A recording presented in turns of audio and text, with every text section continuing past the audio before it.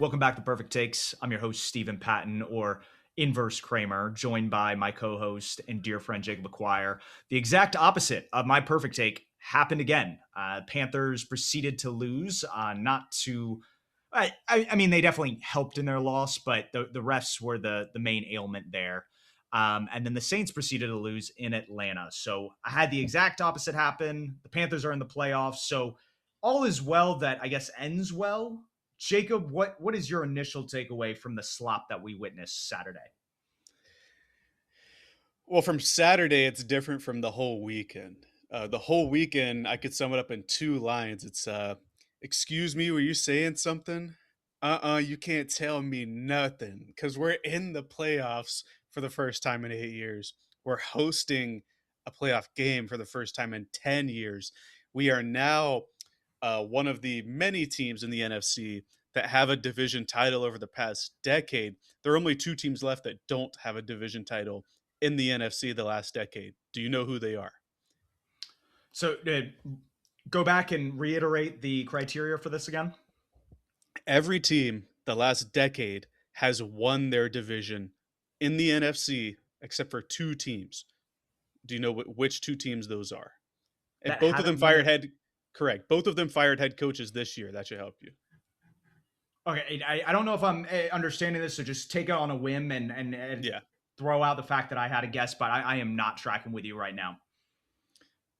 So, the last 10 years, every NFC team has won their division at least one time except for two teams. Oh, you're saying two teams in the NFC out Yes, of the 16 teams in the NFC have not won their division in the over the last past 10 decade. years. Yeah, the Panthers Um, were in that group, but now we won, so we're no longer in that group. Okay, now I'm tracking. For some reason, I was getting hung up on the record standpoint, but winning your division over the past 10 years since 2015, the two teams that haven't. Um, the Commanders? The Commanders No, won in they won. They 2020 won. in the COVID Yep. year. No. Have the Giants won? The Giants are one of those teams. And then It's a team we played this year. team we played this year. I want to say it's like an NFC West team, but I think That, all that's of you're leaning in the I'm, right I'm warming direction. up. I'm warming up. Yep, So the Seahawks have obviously won, the 49ers, the Rams. So that leaves the Cardinals the because it was Cardinals. 2015. Cardinals So and Giants. That's crazy. we were in a group with the Cardinals and Giants, and then in the AFC you have like the Jets. I think the Browns won in 2021, but it's just some really bad teams, and we finally escaped that group. And I think that's something, even at 8 and 9, that's something you have to celebrate. Now, how we got there, there's a little bit of controversy, like you're saying. I believe my take was we're going to make the playoffs one way or another, and it was the other way because we didn't win on Saturday.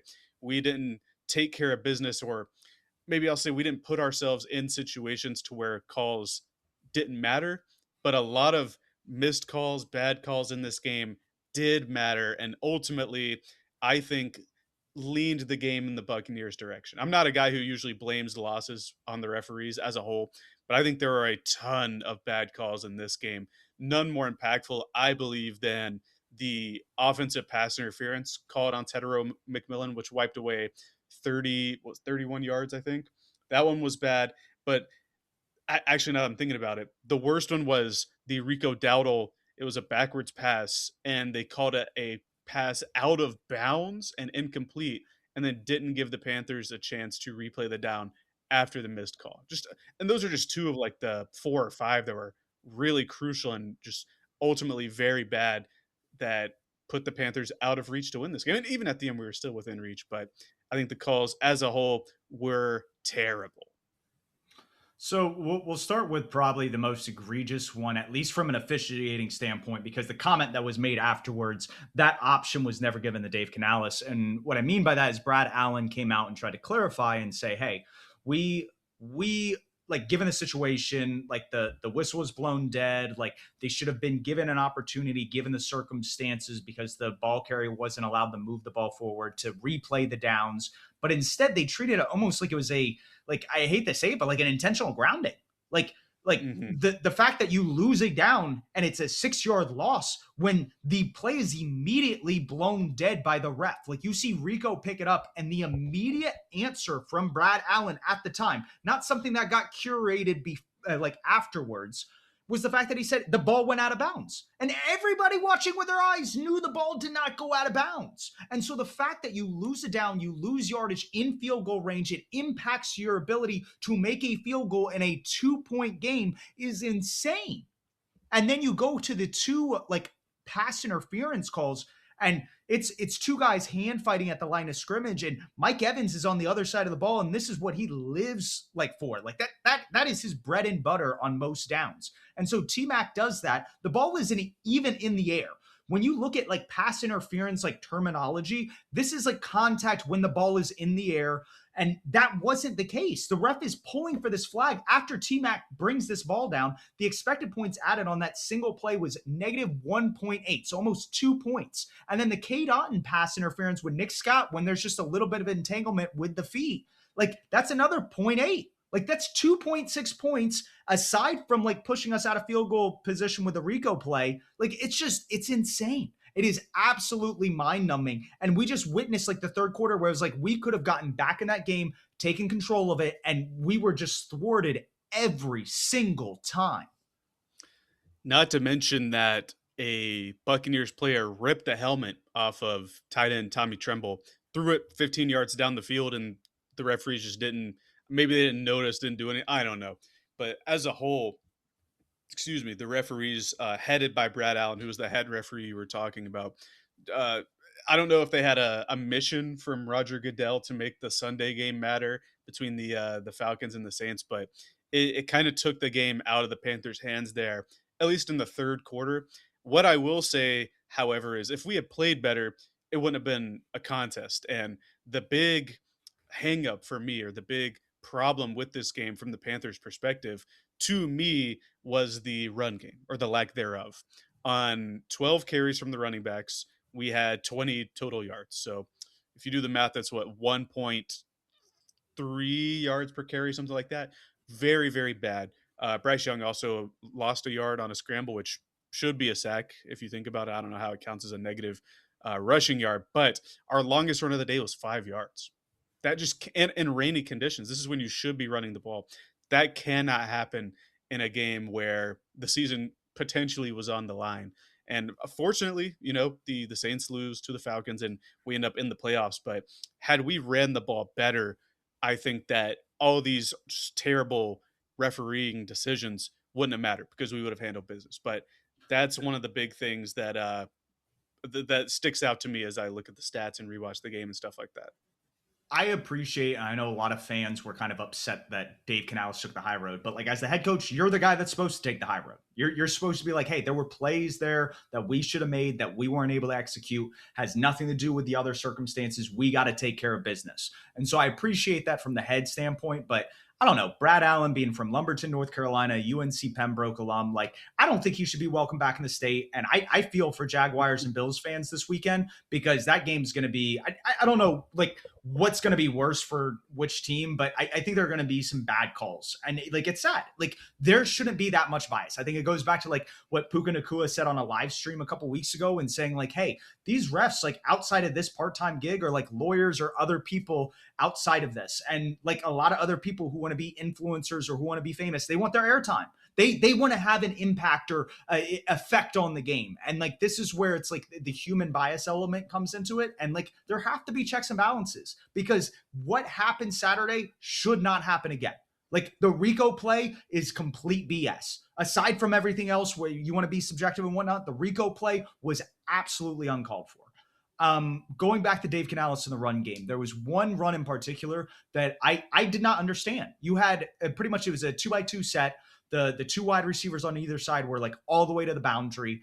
And I think Dan Orlovsky might have said it on the call, but was saying like, oh, the Panthers should run this year. It's a light box. They had 3 defensive linemen, Jacob, three defensive linemen, and they were kind of mugging up like the A and B gaps, like really close in line, and you had all this spread out. I don't know why in that circumstance you're running like a halfback dive. Like it should have been like a pitch with like Ike Ekwonu like leading away on a blocker on either like a linebacker or a cornerback or something. Like that's how the play design should have been, because you would have picked up like 5+ yards on a carry, I think, in that way.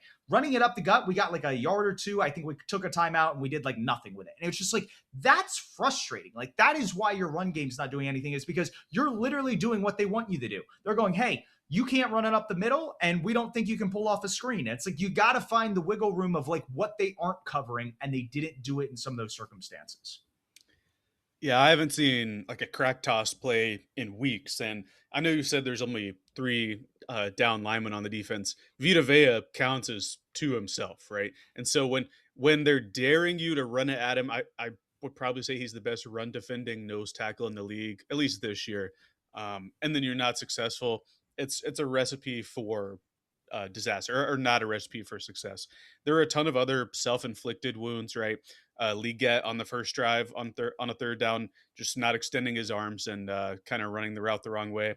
Between Bryce and T Mac on the second third down we had, so on our second drive, through T Mac's hands, but he was going toward the ground, so better ball placement would have worked there. But you have your first two drives as 3-and-outs, no run game, and then even in crunch time when stuff mattered, the also a missed field goal is also self-imposed errors, but the flea flicker. I think we can't talk about the game without the flea flicker call from Dave Canales on the 20-yard line.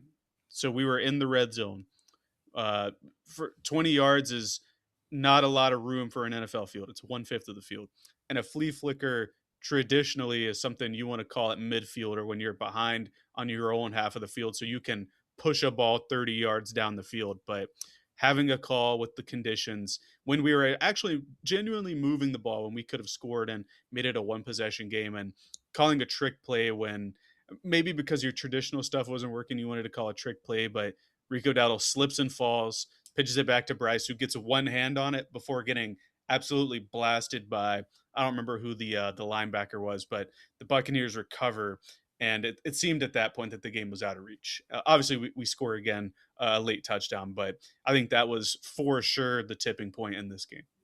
When you looked at the time in the game, and I think they ended up having a long drive after that, it just, like you said, it put the game out of reach. You couldn't come back, coming back from all the stuff from the refs, some of your own miscues.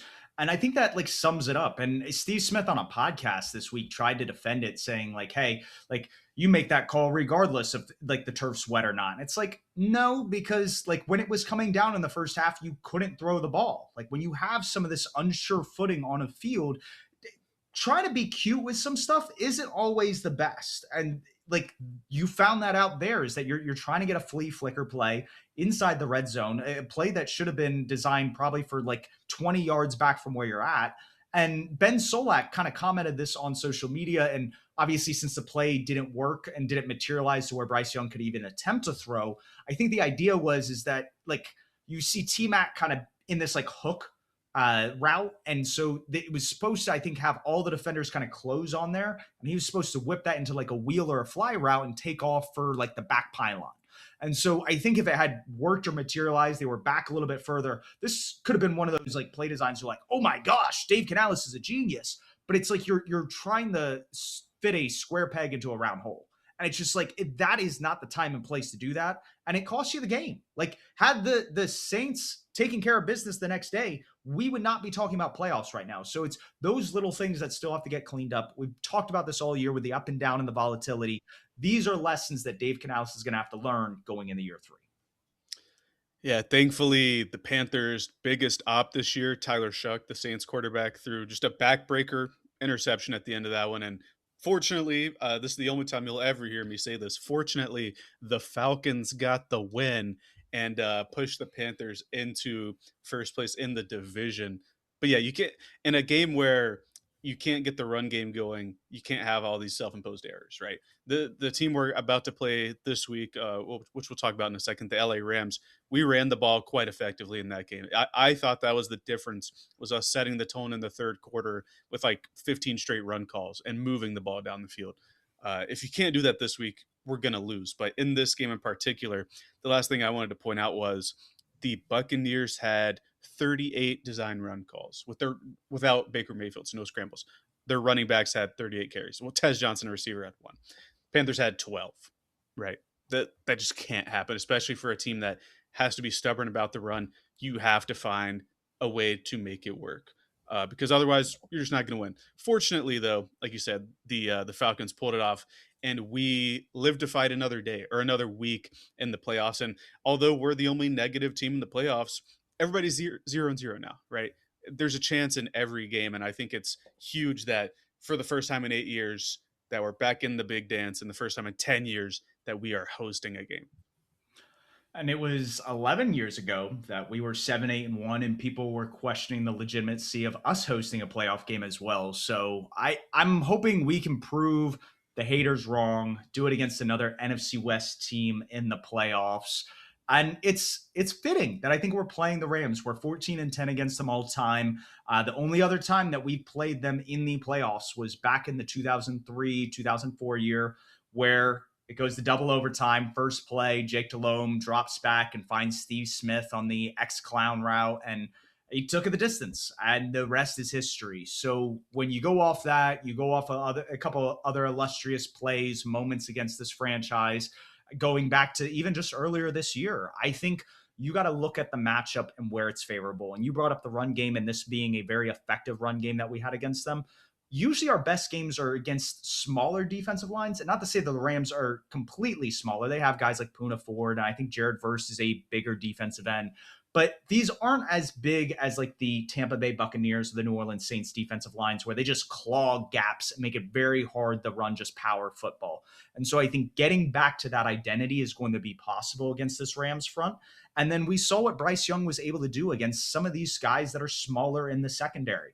I think if Emmanuel Forbes is on Jalen Coker and T-Mac, he is going to get torched again. He just does not have the physicality to keep up. And I don't think there are a lot of corners on this team that do. So on offense, there are a lot of good things for you. And then the fact that you have defensive players coming back health-wise that weren't in that first matchup, JC Horn, Mo Rig, like that's crazy to think about. Like I think at that rate, it's not just like a fluke what happened last time. It's like you can replicate what you did to pretty much like give Stafford hell. And the Falcons just did it a couple weeks ago. It's not like that, it can't be duplicated. Raheem Morris, Ejiro Evero, they seem to know something about how Sean McVay and Matthew Stafford click and work. And if they can shut them down, I think that leaves the door open for Bryce Young to maybe pull off what a lot of people think is the impossible. The odds makers certainly think it's impossible. It's currently the Rams are currently favored by 10 points. Last time a team was favored by 10 points against the Panthers were the LA Rams, who the Panthers defeated in the upset back in November.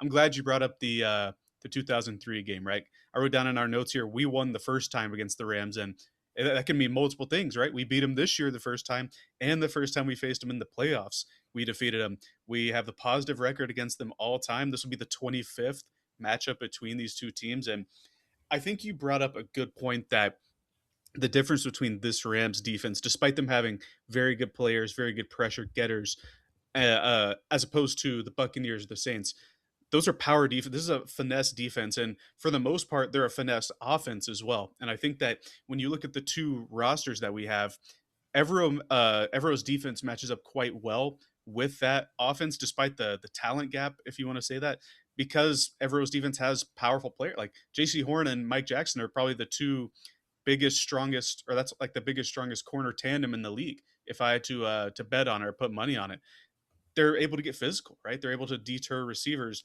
when they aren't being flagged, sometimes erroneously, for defensive holding or defensive pass interference. And I think getting Horn back, getting Trayvon Merrick back is going to be huge. We had Lathan Ransom, who he's made some good plays over the course of the season. He's not the best in coverage, and he was having to be the middle third guy against Devontae Adams in that game. Trayvon Merrick is much better in that kind of role, right? Christian Roseboom has been our best linebacker all year, and he wasn't even in that game. He had an interception in this game against the Buccaneers. It set up the Panthers' first touchdown. So getting defensive players back, getting people on offense back. David Moore was activated from IR. I'd like to see him cut into some of Xavier Legette's routes or his snaps with routes.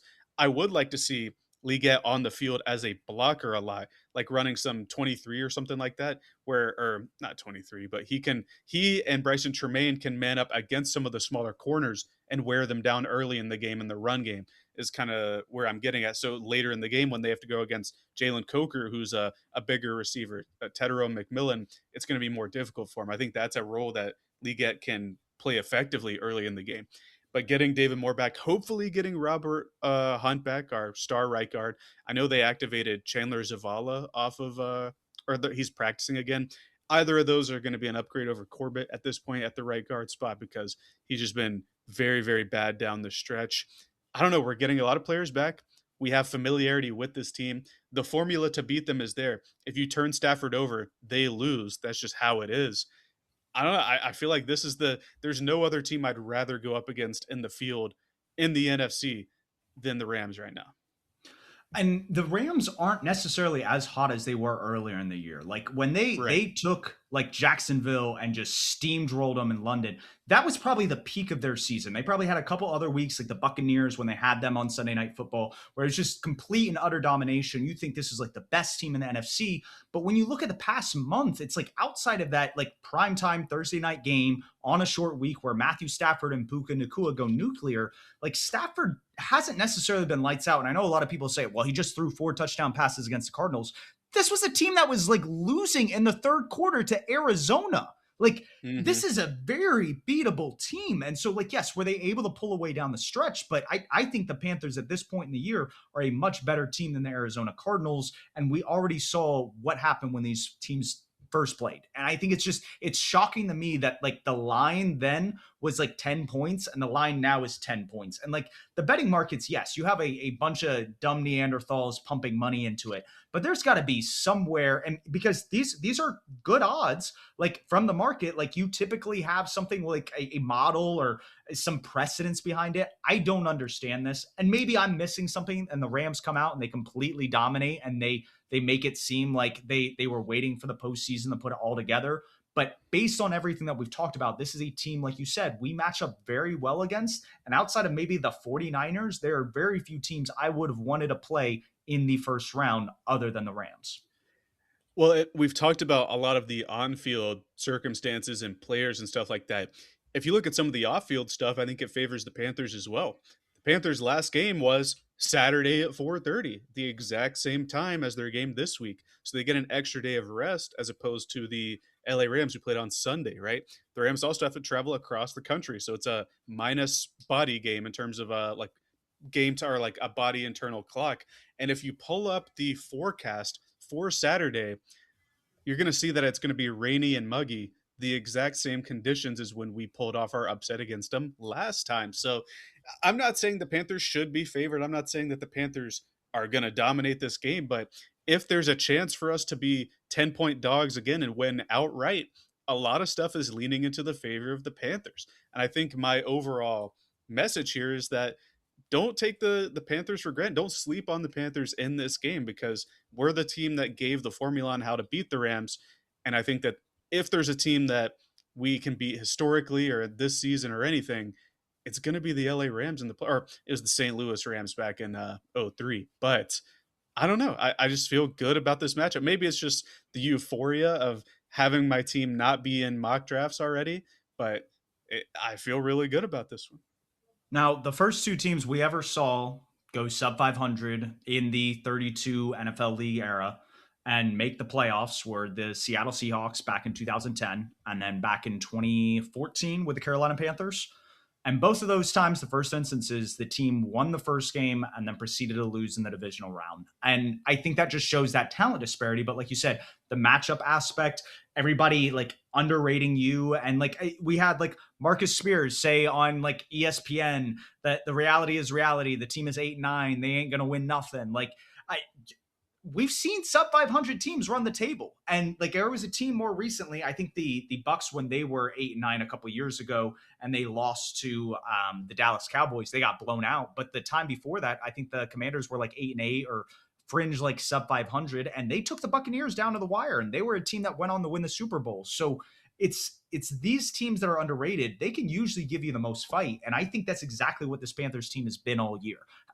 Have they been super consistent? No. But when they put it together, they can do something really, really special. And like you said, a lot of arrows are pointing in the direction that we could duplicate what we already did earlier in the year. The Yeah, the 8 and 9 thing. The Panthers do have a negative record, but this is also a team that beat the 1 seed Packers in Lambeau and then defeated the 1 seed Rams, right? We're the reason the Rams aren't having a bye this week. Well, there are other teams that defeated them, but I think the Panthers were the start of their little late season slide, if you will. And the two teams you mentioned, I'm glad you brought up. Obviously, our Panthers in 2014, you and I were talking about this, held the Cardinals to the lowest yardage total ever, and it was Ryan Finley. I said on the pod last week that it was Drew Stanton was the QB, but you corrected me a couple of days ago. Regardless, we got our win there. And then in 2000, you said it was 2010, right? The Seattle Seahawks. Mm-hmm. You know who was on that staff? Dave Dave Canales.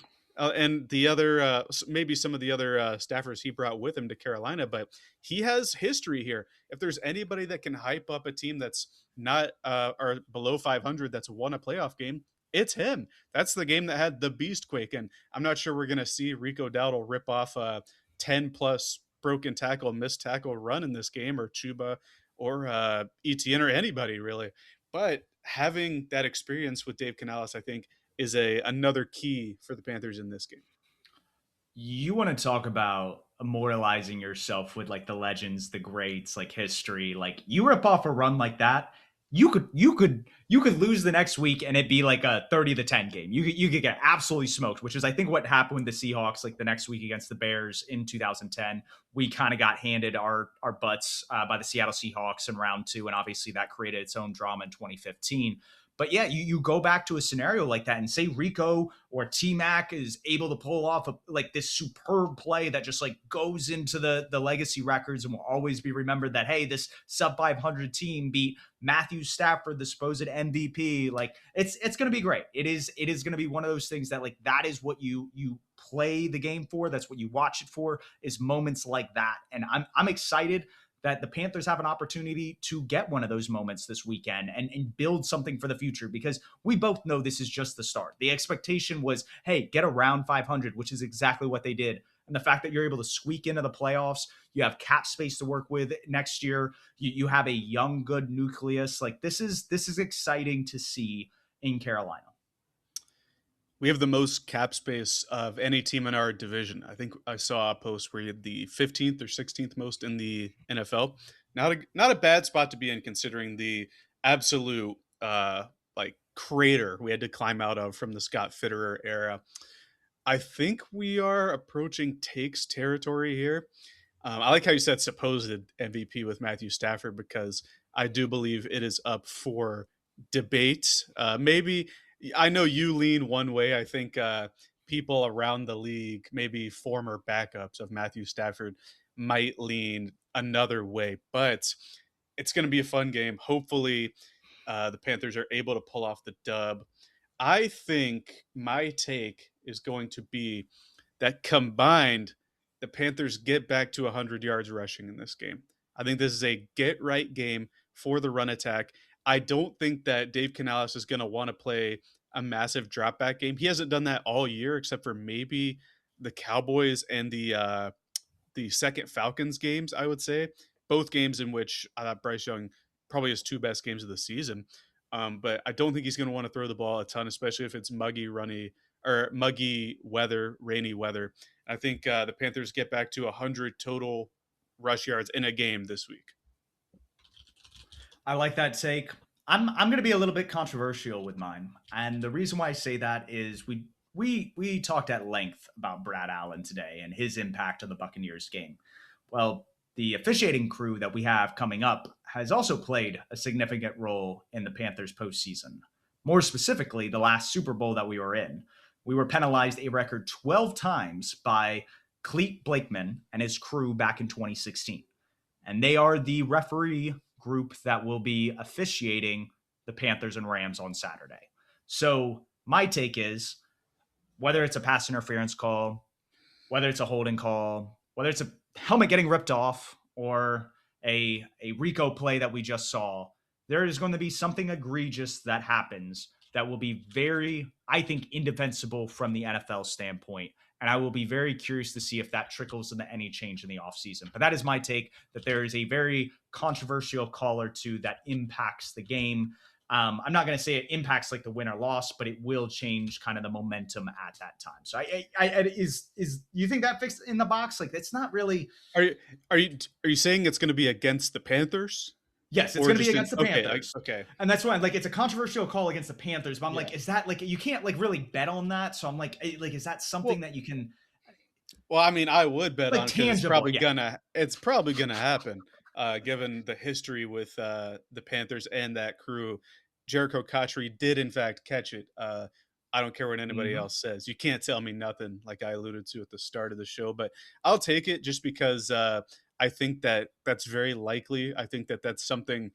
It is tangible because the Rico out of bounds non play thing that was incredibly impactful because the direct or wasn't the play after, it was 2 plays after, we miss a field goal, hard or barely because Ryan Fitzgerald's plant foot slipped a little bit because it was wet.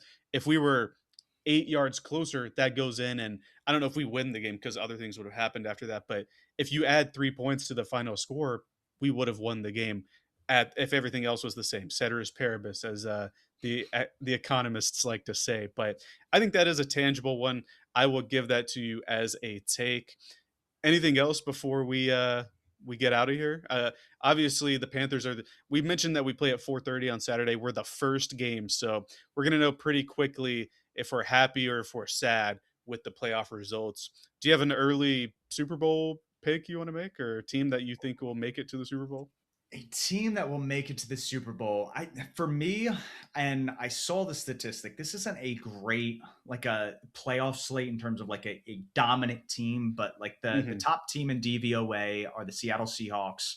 And like I guess like when you look at like certain thresholds, like every team has won the Super Bowl, I guess in the Super Bowl era that has hit this mark, except the Baltimore Ravens a couple years ago, who stumbled against the Chiefs in the AFC Championship game.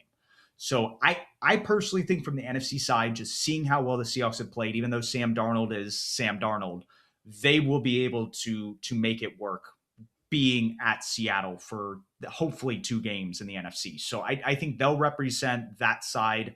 And then on the AFC, I love the Patriots. I love Drake May and what they're building. I still think they're a couple years away from maybe going all the way, but it's just hard because it's like the Jaguars are hot. Do they go on the run? You have defenses like the Texans and the Broncos, and both of those are juggernauts, and we know how that can carry a team to a Super Bowl as well.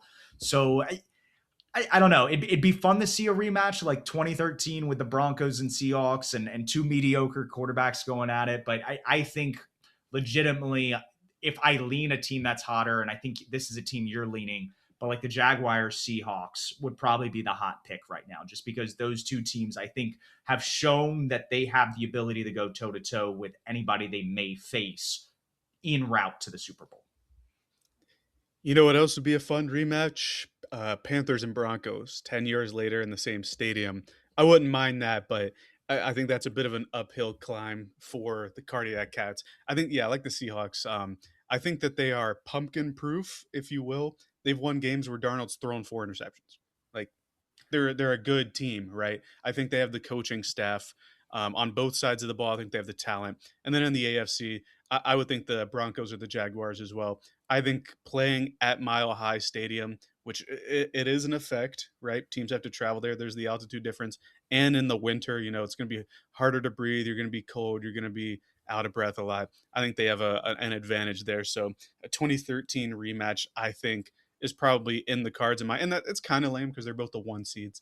But if I had to lean in any direction, that's where I'm going to go. I think that's going to do it for us in this episode, unless we have anything else for the Panthers playoff game. Hopefully, just like I said last week, we will be back with a positive episode next Tuesday, going over whether we host a game or whether we have to travel to. I guess we would have to travel to Seattle. That would be the only instance in which the Panthers have to travel next week. But until then, or no, if the 2 and 3 seeds win, we would go to. No, we'd still go to Seattle. I'm tripping, but still. Until then, you can find us on Twitter, Spotify, Apple Podcasts, wherever you get your podcasts. And hopefully, for the first time we win a playoff game in 10 years, keep pounding.